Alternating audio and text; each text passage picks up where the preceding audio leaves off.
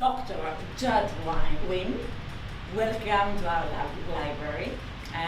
We're very happy to have you here, and it's a pleasure to be together again after all this year. Ο Jut και εγώ ήμασταν συμφοιτητές στο Πανεπιστήμιο και έχουμε δουλέψει αρκετές φορές παρέα σε project που είχαμε στη σχολή. Μετά από 20 χρόνια ξαναβρισκόμαστε εδώ πέρα που θα μας μιλήσει για τις ιστορίες που έχει συλλέξει μέσα από 4 project που έχει χρηματοδοτήσει η NASA για την ανίχνευση σπηλαίων. Οι ιστορίες αυτές και τα διδάγματα που βγήκαν από τα περιστατικά που μελετήσαν στα διάφορα σπήλαια στις 4 υπήρους του πλανήτη, ουσιαστικά εξελίξαν την τεχνολογία που χρησιμοποιείται στον χώρο αυτό, η οποία αποσκοπούν να χρησιμοποιηθεί για την ανίχνευση σπηλαίων στον Άρη. Με το μότο ότι αν υπάρχει ζωή στον Άρη, αυτό θα το μάθουμε από τις σπηλιές. Έτσι ξεκινάει την ομιλία του ο Jut Wynne και... You're ready to start? Yes. Yes? So, we're looking forward to listening to you. Thank you, Mariana. Yasu, Efariso. Yes, of course. That is about the extent of my Greek right now. I know a few other things that Mariana has taught me over the past few days, but that's all I've learned so far, so unfortunately I cannot present today in Greek.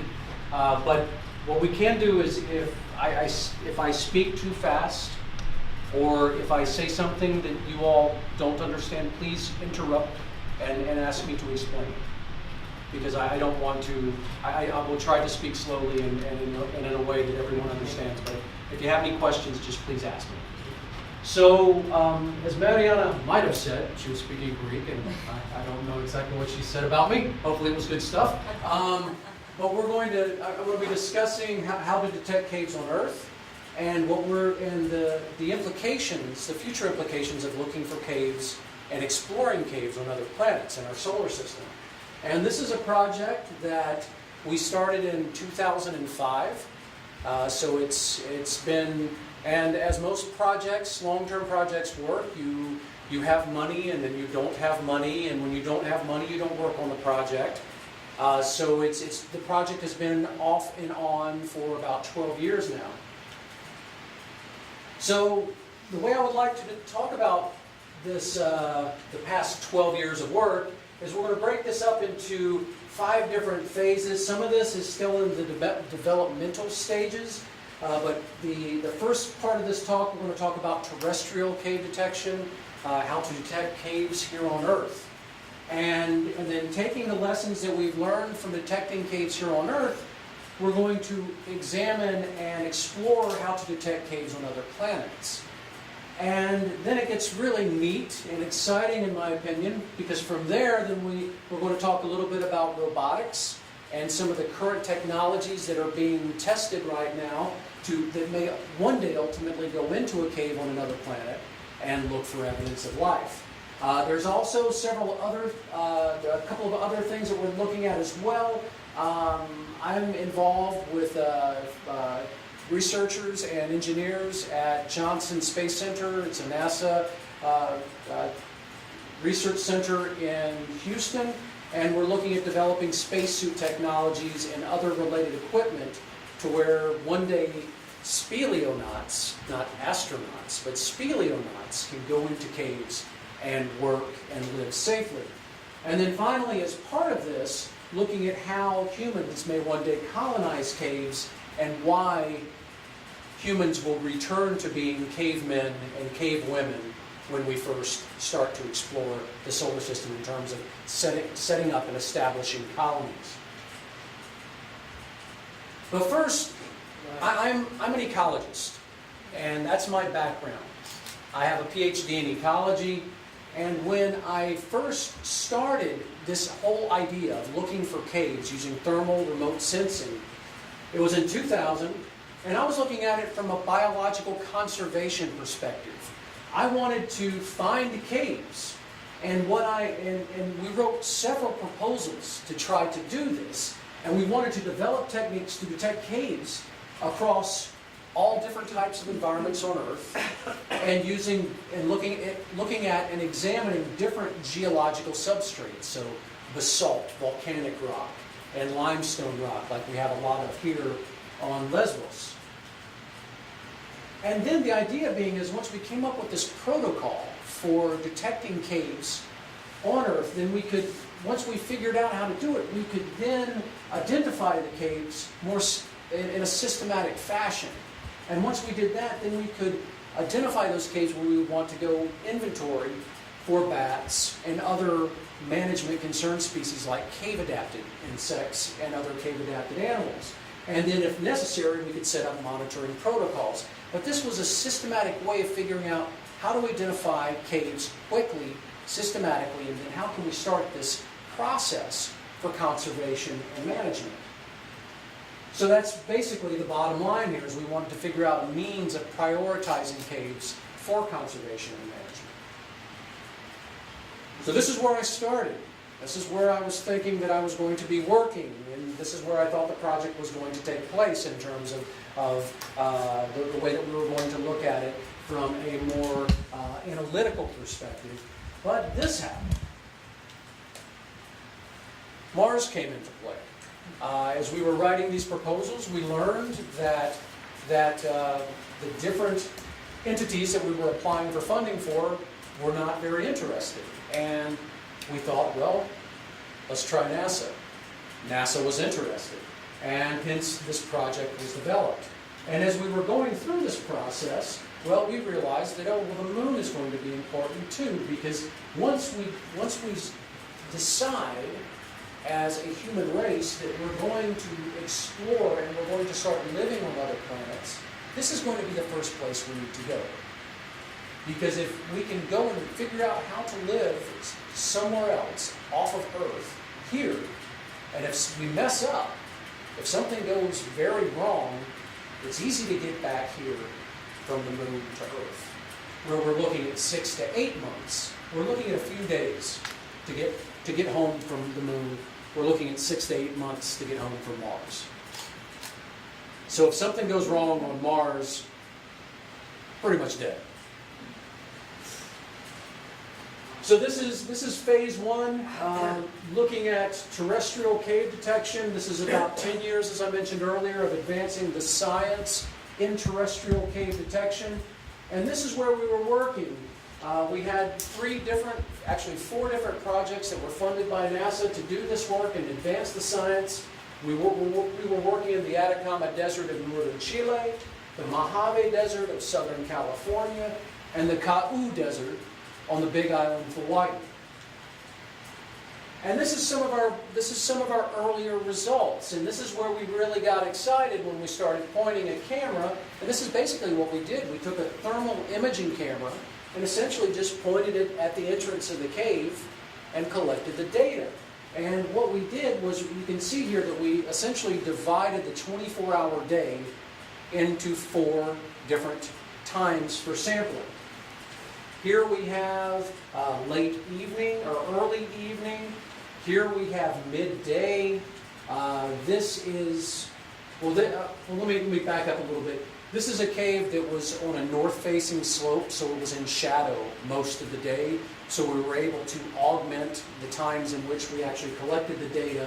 But basically what we were doing was we were collecting the data mid-evening, late evening. This is at 1 o'clock, midday, and early morning. But because it was shadowed, we were able to get there at 9, and it was still shadowed. But what you can see here that's really cool is that these morning shots you can see here, or the morning shot and the evening shot, you can see that the cave glows warm. And when you're looking at the midday and the late evening, or early evening rather, you can see that it's very hard to distinguish the surrounding rock from the actual cave entrance, whereas it's much easier in the morning and late evening. And that's basically what we're able to do just by pointing a camera we were able to develop this hypothesis that, okay, when we want to look for caves, we want to do it either at night or very early in the morning. And the reason being, and it makes sense, it's logical deduction, the sun beats down on the earth during the day, makes the ground warm. And then once the sun sets, the ground starts to cool. The more time that has been expended since the sun has set, the cooler the ground becomes. The question, is it the opening of the cave we're looking at? Yes, this is the cave entrance. The cave entrance, okay. So basically what we did was we just framed the camera in front of the cave to where we could get as much of the cave entrance So as it's possible. the same place Yes. on 4 different... 4 different times. And this is pretty cool. That is a rat. This little dot here. Because it's a video camera, I was able to watch him start over here, and he kind of did this, and then he stopped, and I was like, oh, you can actually see the rat. And as I mentioned earlier, part of the work was going to the Mojave Desert, and we did the same thing where we just basically pointed a thermal camera at a cave entrance. And then in addition to doing that, what we did was we put temperature instruments in the entrances of the caves and also on the surface. And this was basically, it was a proof of concept. We just wanted to see, okay, we think this is going to work. We want to get NASA excited so they want to support this project. So let's just do a proof of concept study. And what you can see here is this particular cave you see me sitting in front of here had 2 entrances. It had a big skylight entrance, and it had this entrance that you could walk into. So we put 2 temperature probes in this entrance and in the other entrance, and then we also went away from the cave and put one on the surface. Away from the cave where we could say, well, this instrument is not going to be influenced by the cave way over here. And we were able to be certain that there was not going to be any influence. And what you can see is that the green and the red lines on this graph are the entrances. And what you see here in blue is the surface. And we have the temperature on the y-axis, we have the date, the time on the x-axis, and what you can see here is during the hottest part of the day, as we would expect, you see these peaks. During the coolest parts of the day for the surface, you see these deep valleys. But in the entrances, it's pretty flat. And what that was telling us is, okay, you might be able to detect caves during this time or this time. So we were able to expand from that earlier work by just pointing a camera in front of an entrance to actually come up with some more concrete data to provide us with some more insights into how we should start thinking about when we can detect caves. This is another graph that basically depicts the same type of behavior. Y-axis we have temperature, x-axis we have time, and in blue, once again, surface, and red here we have the cave entrance. And what we can see is for this particular cave, during the day is pretty much the only time, because we learned that what was happening with this cave is the entrance was cold trapping air. So at night the cold air was settling into the entrance, and that's why you see at night that it almost mirrors the surface. This is another cartoon, if you will, graphic of just the cave entrance in the visible spectrum, and then the cave entrance in the thermal infrared. And this is the same 2 caves that you saw earlier from the Atacama Desert in northern Chile. And once again, you can see different. You can see the cave. You can see the surrounding rock. You can see the cave entrance here. And you can see the surrounding rock. And you can clearly differentiate between what is rock and what is cave entrance. So then what we did is we slowly but surely became more complex with our experiments because we were developing more ideas, more questions. And what we started doing is we went to this area. This became one of the areas that we sampled the heaviest over the course of several years.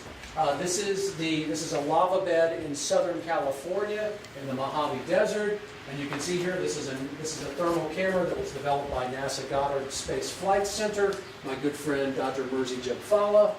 And what we did is we started pointing this camera at the lava bed and collecting a lot of thermal images. What we had the ability to do for this particular study is we collected, it was 122 images over a 24-hour period. So we collected the images every 10 minutes. And what we did is we layered those images on top of one another, and we did what is called a principal component analysis. And are you familiar? So basically the easiest way to describe it is it's a cluster analysis. So basically you're taking the data and you're feeding it into this program, into this particular test, and what it does is it spits out these results and it plots everything that's similar in groupings. And what we can see here is we have the results of this principal component analysis, and we're looking at, I don't want to get too much into the science here, but we're looking at these two different PCA coordinates that we're looking at. And what we have here is we have an actual tunnel, which is about a it's about a 25-meter tunnel that has this large entrance and then has a narrow entrance on the other end. And then we have an actual cave. And what we wanted to do was say, okay, can we tell the difference between what is not a real cave, a tunnel cave, and an actual deep cave? And the reason why this becomes increasingly interesting is because once we get to the point of looking for caves on other planets, we're going to have a lot of different categories, but we can really divide it into two. One, where we can put humans. Two, where we can look for life.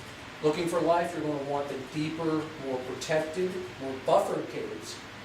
The ones that are more shallow, the ones that have bigger entrances, well, you could insert an inflatable habitat, and speleonauts could actually live in those. So the first one up there is a tunnel. A shallow one. It's a shallow one. This is an actual deep cave. This is a color composite where we took the data layered on top of each other. There was 122 different images. This is where we just extracted the information associated with the cave here just to make a nice little picture to explain this a little bit better. We have blue is the cave, is the tunnel. We have red as the actual cave. And then what we did is we randomly grabbed pixels from the surface to compare to. And what you can see here is you can see these clear clustering of these different groupings. So that told us that, okay, for this particular example, we can tell the difference between a tunnel cave and an actual deep cave. And this cave is on the order of, about 75, 80 meters in length. So this is a pretty substantial cave. And our next, I guess pretty much the culmination of the work in the Mojave Desert was this mission right here. And what we did is we flew 2 aircraft missions with this plane. This is my friend Dr Jut Wynne, who designed the thermal camera that we used. This is Brittany. She is one of the technicians who was operating some of the equipment and also coordinating the mission. Obviously that's me. And what we were doing was we were collecting the data, and over the course of 2 different missions, one that we flew pre-dawn at about 5 o'clock in the morning. The other one we flew at midday, which was about 2:30 in the afternoon. And this is a wonderful 2-minute documentary that NASA did on the project, and this actually ran on NASA TV, I think, June of 2011.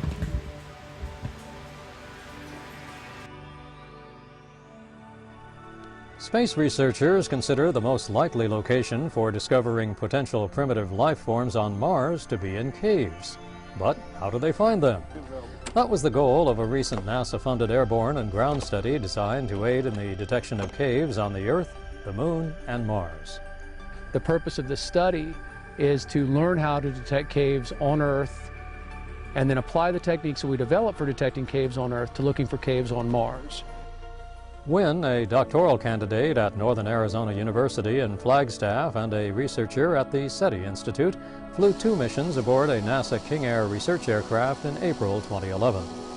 The flights over lava fields in California's Mojave Desert collected both thermal and visual imagery to aid in detection of caves. We are basically coupling those ground-based measurements that we're currently collecting with the thermal imaging data and the viz data that we're collecting as well. Through developing techniques for detecting caves on Earth, we can then take those techniques and use them to look for caves on Mars.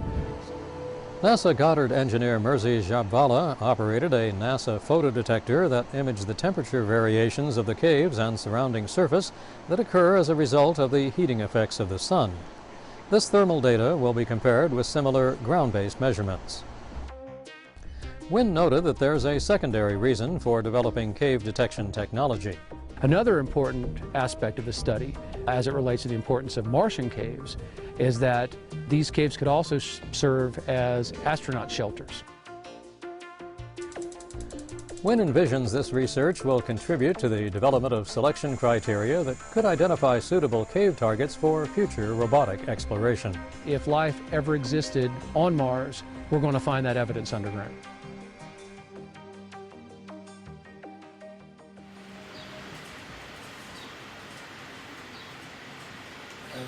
So you mean that by discovering a cave, for example in Mars, it's a suitable habitat for human beings because of sun radiation, or what? Is it better for men to live underground? I want to explain that to you in the next few slides. But yes, it is for protection.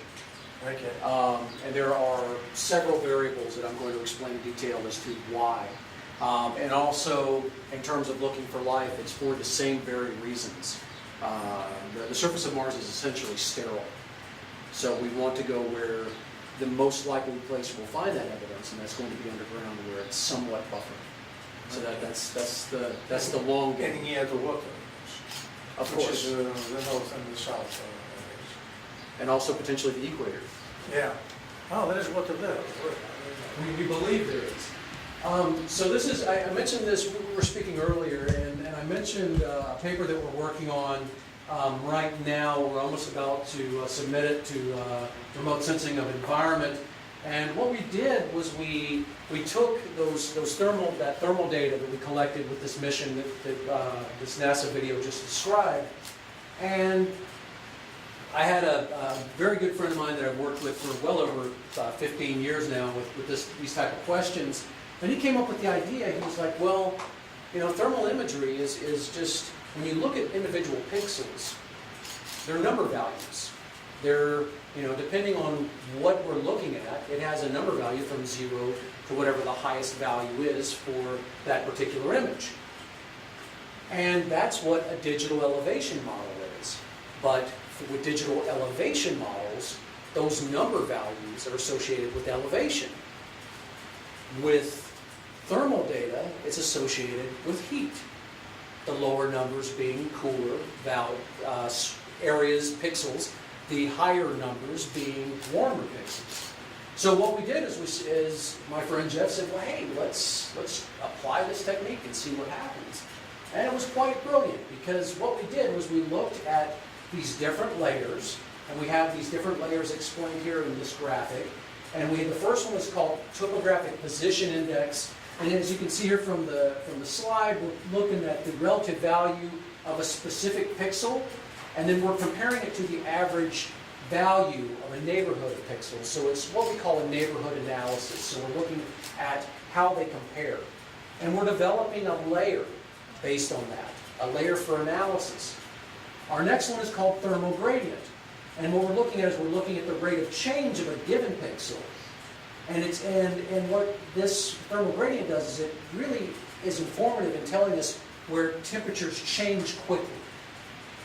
And we created this other layer.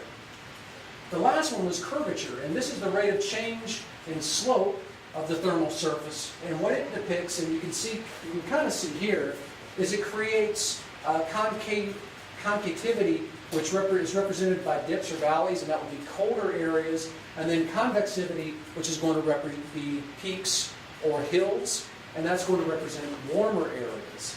And the idea being is we're going to take these, in addition to just the raw thermal data, where we're not doing anything, we're not applying any of these slick GIS techniques to the data, and we're going to analyze all of these different layers in a multivariate analysis.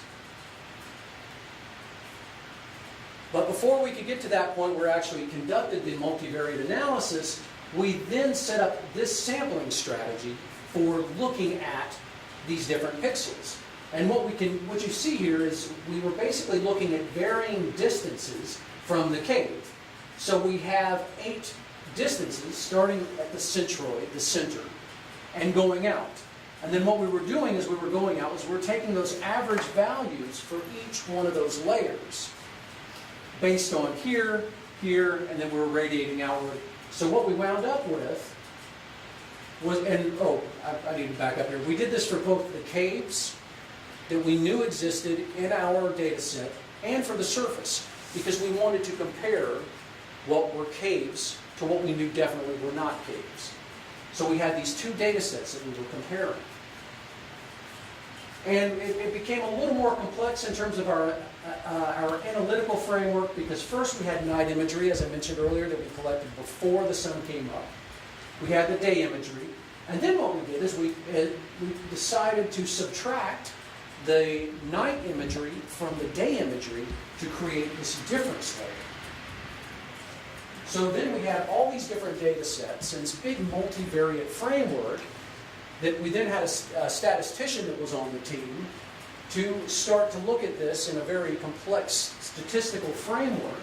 And we ultimately had 32 variables radiating at distances from the centroid from those 5 train analysis layers, and we came up with these results from our logistic regression.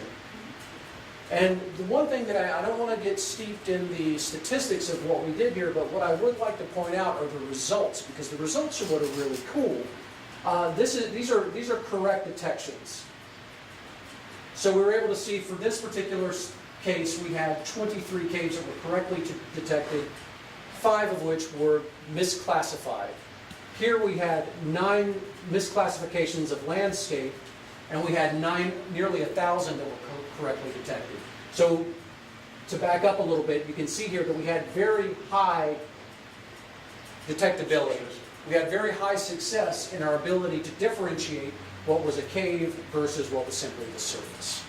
And this is where all of us got really excited when we were analyzing the data, was because we were able to see, okay, my gosh, you know, we have these very high rates of success in detection and low error rates, these low misclassification rates. So what we did here is we used a subset of that data for the analysis. So basically what this is telling us is that our next step for this work is to examine a larger data set. We'll be doing that in subsequent years, but what we want to do right now is get those results out, get those into peer review, and continue to move forward. But really our end game for cave detection is what we want to do is we did this a little bit in 2011, but we didn't have any success yet, is come up with a feature recognition algorithm. So to where we can tell the computer to look for a cave based on these different variables that we're using to define a cave. And then we're able to use the computer program to find features. And we're also able to use it to be able to say, okay, yeah, this is a cave, this probably isn't a cave. And then come up with those same sort of error rates that I showed you in that previous table. Another project that we just submitted, as a matter of fact, we did this yesterday. This was for the National Astrobiology Institute, which is a NASA branch office. This is a big 5-year project proposal that we submitted. And we're basically looking at biosignatures occurring within Earth caves, and we're also testing instrumentation to define the type of instruments that we want to use for looking for evidence of life on caves on other planets. So we'll probably have about 3 to 4 months before we'll learn whether or not we were successful with this big project. But this is one of the areas that we're looking at. And you had mentioned earlier, you had asked about ice.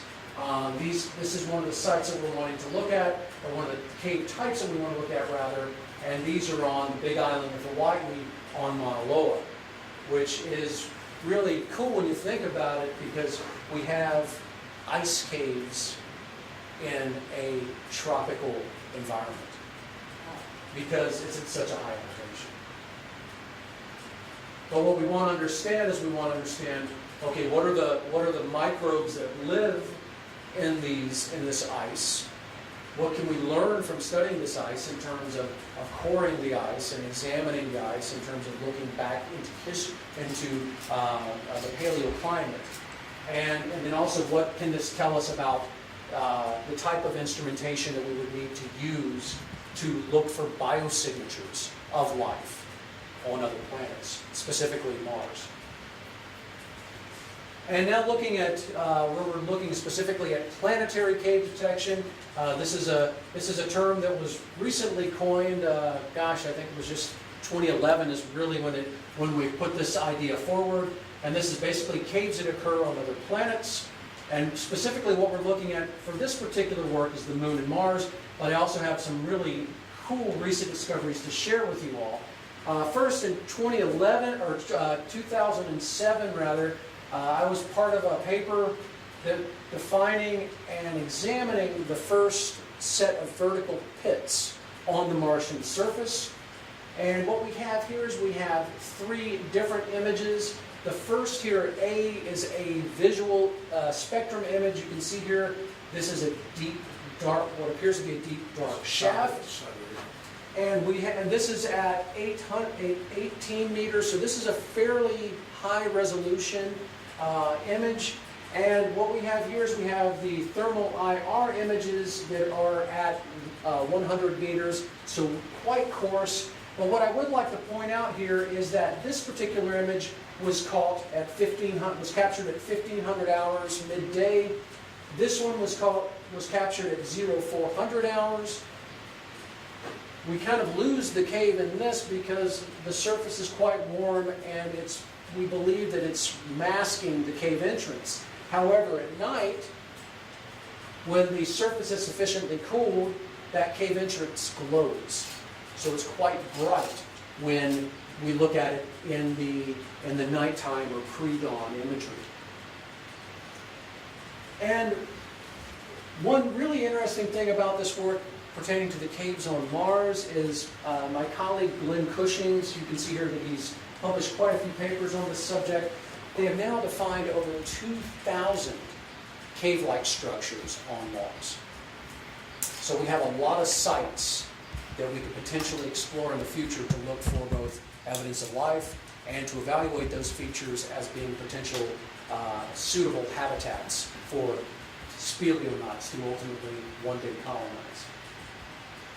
You had questioned this earlier. This is a map of the entire planet of Mars, and what we're looking at here is we're looking at areas. This is basically a contour map, and what Kai Williams et al. Did in 2010 is they basically developed this modeling framework to identify those areas that ice caves, if they exist, where can they exist on Mars. And what he was able to come up, what he and his colleagues were able to come up with, is that one of the most viable places to look for caves with water ice would be in this equatorial region of Mars. Turning our attention to the Moon, colleagues of Junichi Harayama and some others have now identified over 200 cave-like features. And you're probably seeing here, just looking at these features and these, saying, oh, they're quite similar. And we believe we're classifying these as pit craters. These are deep vertical shafts. Some of these tens of meters deep, some of these tens of meters across. They're very large structures. We do not know. There's been some work done that is looking at some of these overhanging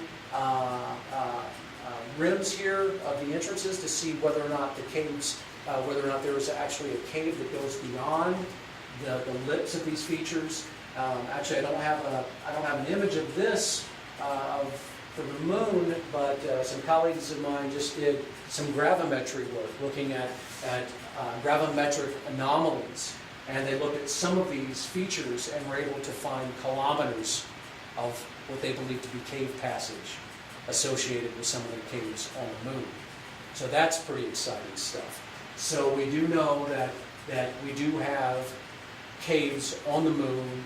These are potentially places where people could live one day. Obviously, we're not going to be looking for life on the moon, but that really gives us the opportunity to start honing our craft, if you will, in terms of figuring out how best to start developing the technologies to one day go to Mars. This is something else that is quite exciting.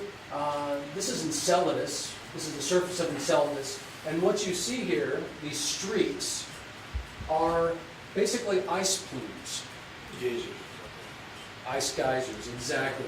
And what is going on here, this Enceladus orbits Saturn, and what happens is the tidal forcing associated with that orbit is creating energy, and that is what's driving these very large geysers. And what we've been able to demonstrate with the science is that these ice plumes that you see here are associated with a liquid ocean. It's water, yes. Yes, and what is between this and the liquid ocean? Well, these are networks of caves. These are ice caves.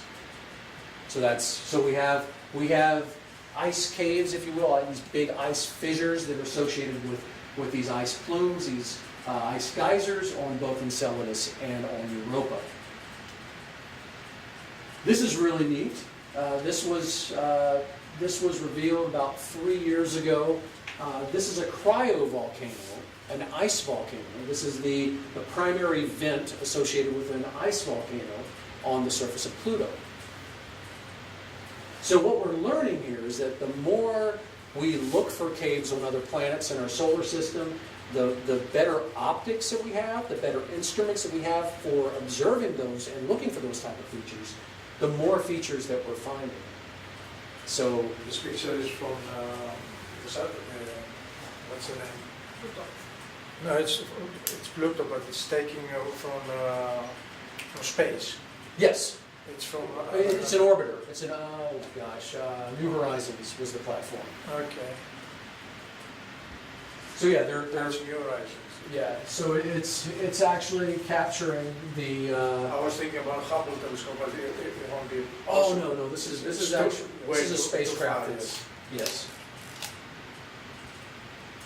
So it's we're finding caves across the solar system is basically what we've learned over the course of the past 10 years. Turning our attention to robotics, there are several different research units now that are developing robotics to actually go into caves. Some of my colleagues from Tohoku University in Japan are testing these types of rovers. Basically, this is the mother rover, this is the baby rover, and they're tethered together. This one goes up to the cave, and then this one will actually go into the cave. And Tohoku was actually a Google X Prize recipient to further this technology. And this is actually, this has an actual lunar application. They're actually developing robotics for going into caves on the moon. This is me here, and we have Lemur. This is the world's first rock climbing robot. This is the first field test of this particular robot. We did this back in March of 2014.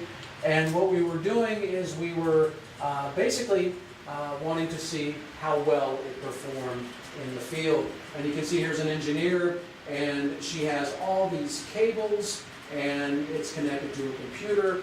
And right now the problem, and it's a big problem with this particular type of robotics, is the engineer has to tell the rover what to do. Every single move it makes. It's retract arm 1. Let's just call this arm 1. And it goes zzz, and it releases. Move forward 2 degrees. And then reattach. And then it reattaches. And so she has to tell, and this is command line programming that she's using here to tell this rover how to move. So every move that it makes, there's a human telling it what to do. And the future of this type of robot, especially given this very challenging environment, is that it needs to know, it has to have artificial intelligence. Autonomous. It has to be, we believe, we would go so far as to say semi-autonomous. I don't think it would be, we would be able to have complete autonomy, but it does have to be able to figure things out. And much like a rock climber figures things out. They're called, for rock climbers, we call them problems. And you see a problem, it's a difficult area, and you have to figure out, okay, I can put my arm here, my hand here, okay, yeah, my foot's going to go there, and you're mapping all that out in your head. And that's what we have to train these robots to be able to do the same thing. They need to be able to figure out how to move through a cave. And one thing that we learned with basically it was just 2 days of field experimentation with this robot, is that the highly porous basalt, lemur did quite well. And let me see, I think, no, there's not on this image. But you see each one of these toes, there's about 7 spines, sharp spines. And that's what it's grabbing onto. That's what it's grabbing, that's what it's using to grab onto the cave wall. And each one of these are toes, each one of these has about 7 spines. And for the robot to be able to make a move, only about 10% has to be engaged. They've been able to calculate that and determine that, okay, you have about 10%, you're able to, this arm is considered good, this one can move. What we found is that the porous rock, those spines grab onto the cave wall quite well. But if you have something that's very glass-like, very smooth, lemur can't move. It grabs, it slips, it grabs, it slips. So that's another part of this semi-autonomous decision-making that we need this robot to be able to figure out, is it needs to be able to say, oh, that's too smooth. This, too smooth. I can't move across this. I need to move over here. This is something, this was done 2 years ago. We were really excited about this. This is work that a good friend of mine, Aaron Parness at NASA's Jet Propulsion Laboratory, has been very involved with. You can see gecko grippers moving on up. What we have here is, in addition, so what lemur does is for climbing rock, it has those spines. For climbing on the exterior of a spacecraft, it has this gecko technology. Mimicking an animal. Mimicking an animal. So yes, it's able to grab onto smooth surfaces and walk across it. Right now, lemur is at the International Space Station. They are testing this robot. And the idea being is that one day it will be a real-life R2-D2. It will be able to, we'll be able to say, okay, R2, go out there and tell me what's wrong with the spacecraft. And it'll be like, beep, beep, beep, beep, and then it'll take off across the spacecraft, and it'll be able to examine it, and it will be able to, if repairs need to be made, maybe the earlier versions, we'll just be able to report back, via video link to the astronauts working on the inside of the spacecraft, and say, okay, now we need to go out and repair. And one day, we believe that this rover will be able to do the repairs. Looking at human-based missions to Mars and exactly what that involves and where we are in terms of getting humans to Mars. These were some quotes that were put out in about 2014. This is the NASA's SLS Space Launch System. This is basically Apollo on steroids. And this is the SLS is a spacecraft that NASA states will be taking humans to Mars and ultimately beyond.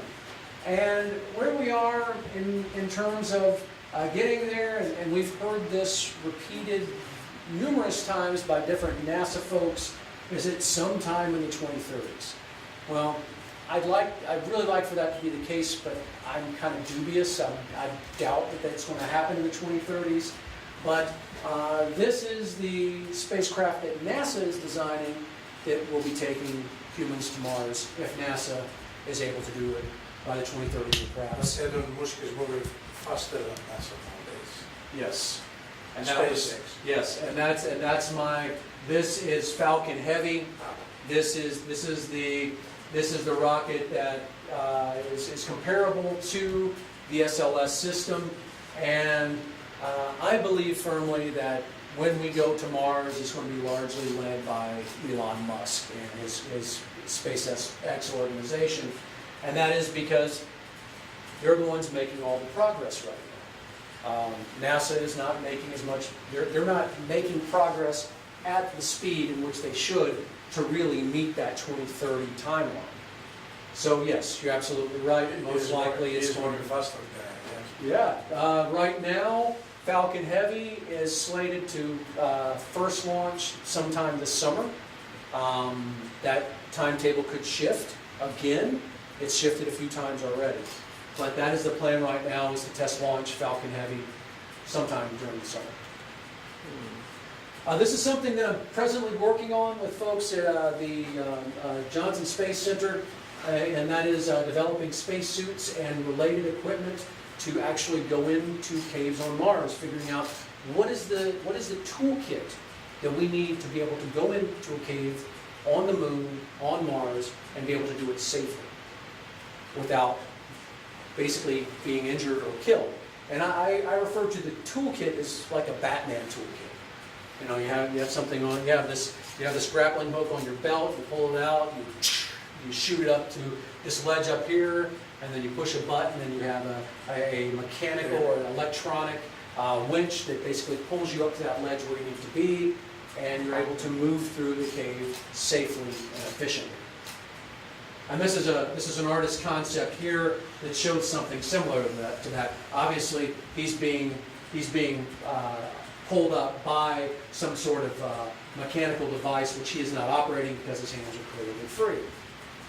And what we're doing to be able to get to that point of identifying those tools that we need is we're going through this big 300-page monster document that has basically all the tools that have been used since the Apollo missions through the current, basically through mid space shuttle operations, to figure out what are the tools that we need, what are the tools that presently exist, which could be tweaked, could be modified, to be able to be used as part of this toolkit. We also have, there are also two organizations. We have Rock Exotica, which is a rock climbing company. They are now a partner on this project. That we're going to be working with them to further their technologies and be able to apply it to working in caves on other planets. And we're also working with Yates Harnesses, which is a U.S. company that has been developing harnesses, climbing harnesses, for well over 25 years now. And we're going to be working with them to be developing better harnesses. Obviously, you know, these type of suits will require a much different type of harness, and that's something else that I'll be talking about here momentarily. Another thing that we're going to be using here for this type of work in terms of a test laboratory is this. This is called Argos. This is at, and yes, it's borrowed from a Greek term, city rather. This is Argos. This is a system, the active response gravity offload system. And basically what all you see here, you see all these ropes and levers and pulleys, and this is able to simulate different gravities. And you're basically able to program this and say, okay, what is it like on the moon? And then you're set in this harness system, which you can see here, which then does everything to mimic that environment for you. And that will be part of the testing, will be we want to be able to work with the Argos engineers to be able to test our equipment here. And that's obviously going to involve constructing a climbing wall of the interior of this facility. Is it true, the statement that we're trying to manipulate biological people as well? I don't know. You know, the CRISP SB, what's the project where manipulating DNA just to make people adjust themselves into another kind of environment. I mean, this is primitive, using that kind of... Exactly. And the thing doesn't is... take us that far anyway. I don't know. What I can say is I'm not aware of anything like that, any studies of that nature occurring with NASA or in the United States. Okay. Now China is moving forward rapidly in terms of their desire to get to the moon, to go beyond the moon. And they're also doing a lot of things with genetics that the EU is not doing and that the US is not doing. Yeah. So they're able to get around the laws because they're their own country and they're able to make basically their own laws. So whether or not they're experimenting with those type of genetic modifications, I do not know, but perhaps they are. This is, we had this image designed a while back for another talk, and I really liked it because, you know, it's a Neanderthal man in a spacesuit, and really what I use to illustrate this is that, you know, we will be cave women and cavemen in the future. We are going back to caves on other planets. So, okay. You want to get a shot of that? No. And this is why, and this is a question that was raised earlier. So in terms of Mars, okay, Mars is not the place where we want to pitch a tent. You do not want to go there for a vacation. It's a very inhospitable place. Meteor impacts are quite frequent. They do happen, and you can see when you look at images of Mars, when you're looking at the surface, you can see that they are just pockmarked with just numerous impacts from asteroids, or meteors rather. Also, violent windstorms. Windstorms, at least twice a year, the entire surface of Mars is nearly covered by windstorms. These are very intense events. So that is also something that says, okay, well, being on the surface, that might not be too cool. Also, something to think about is that Mars has a very thin atmosphere, so it is bombarded with cosmic radiation, which is also kind of feeds into that comment that I made earlier about wanting to look for life underground where it's somewhat protected, to quite protected. And this is an artist's concept of the sort of thing that we could be looking at. Another reason for wanting to go into caves and to want to establish shelters in caves is because of the potential availability of water ice. Humans can use water ice, one, for consumption. We can use it for drinking. And we can also use water ice for making hydrogen fuel. So we can create energy both on Mars and also potentially use it for fueling a rocket to get people back home.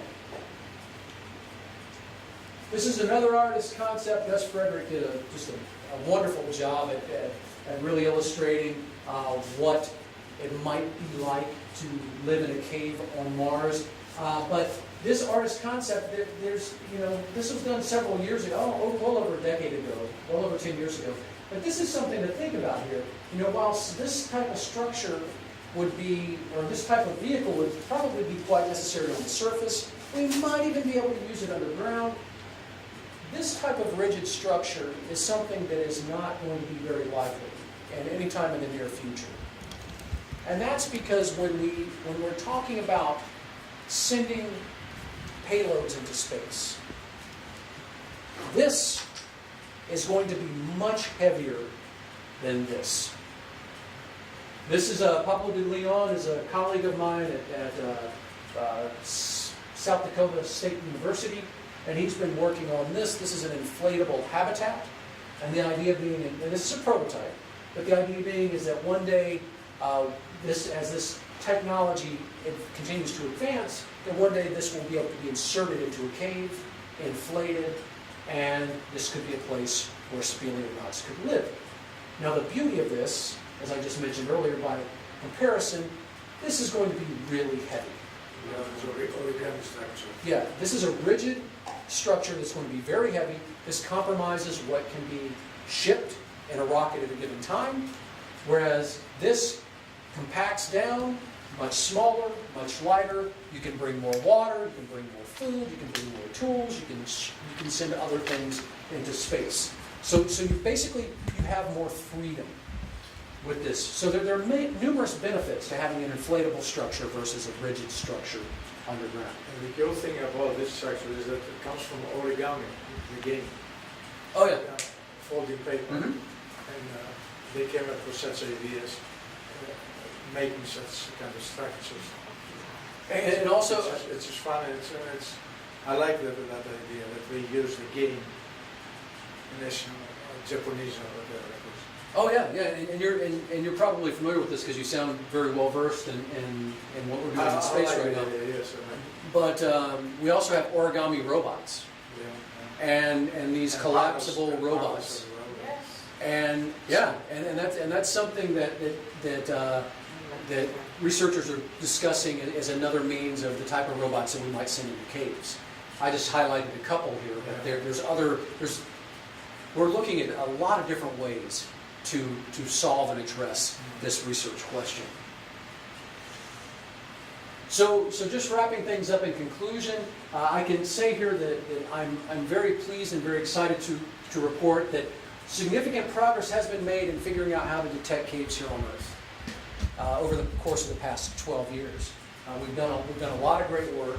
We've demonstrated that it can be done, and I would say we're also starting to get the attention of NASA, because NASA and ESA, they're paying attention to this as a viable place to put humans at some point, and as a viable place to look for evidence of life, specifically on Mars. The work that we have in progress right now, the terrain analysis techniques, we're about to submit this paper. It holds great promise for cave detection.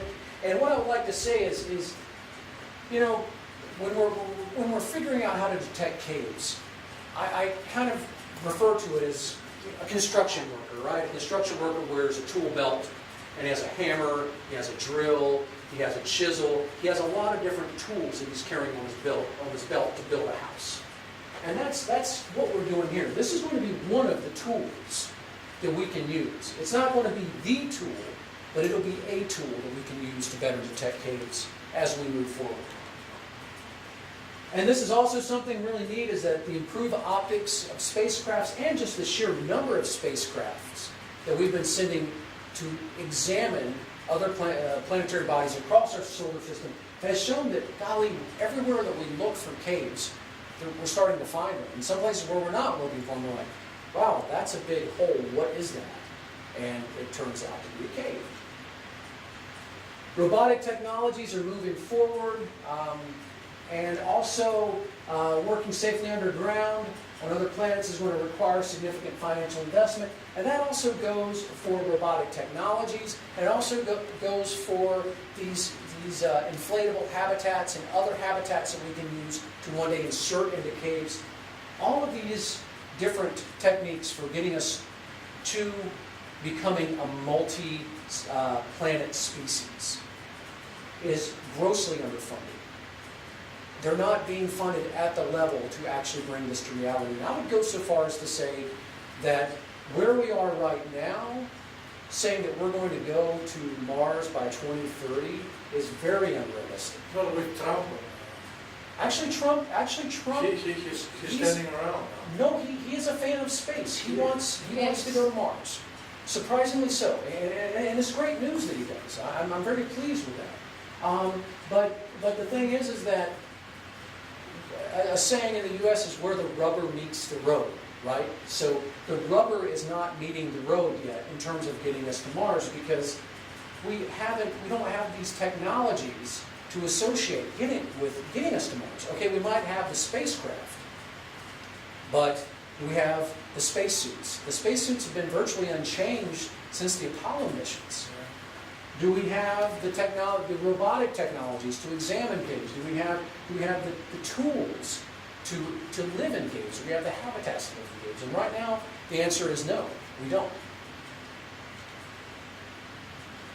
So, once again, this is a bit of just a further emphasis, but settlement of other planets, becoming a multi-planet species will involve us returning to caves. We will be cavemen and cavewomen.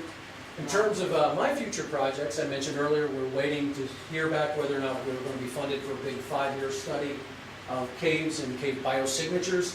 I've also made the final cut for the last mission of the HERA project. It's the Human Exploration Research Analog Project. This is a project it's a sociological it's a psychological project that's being conducted by Johnson Space Center.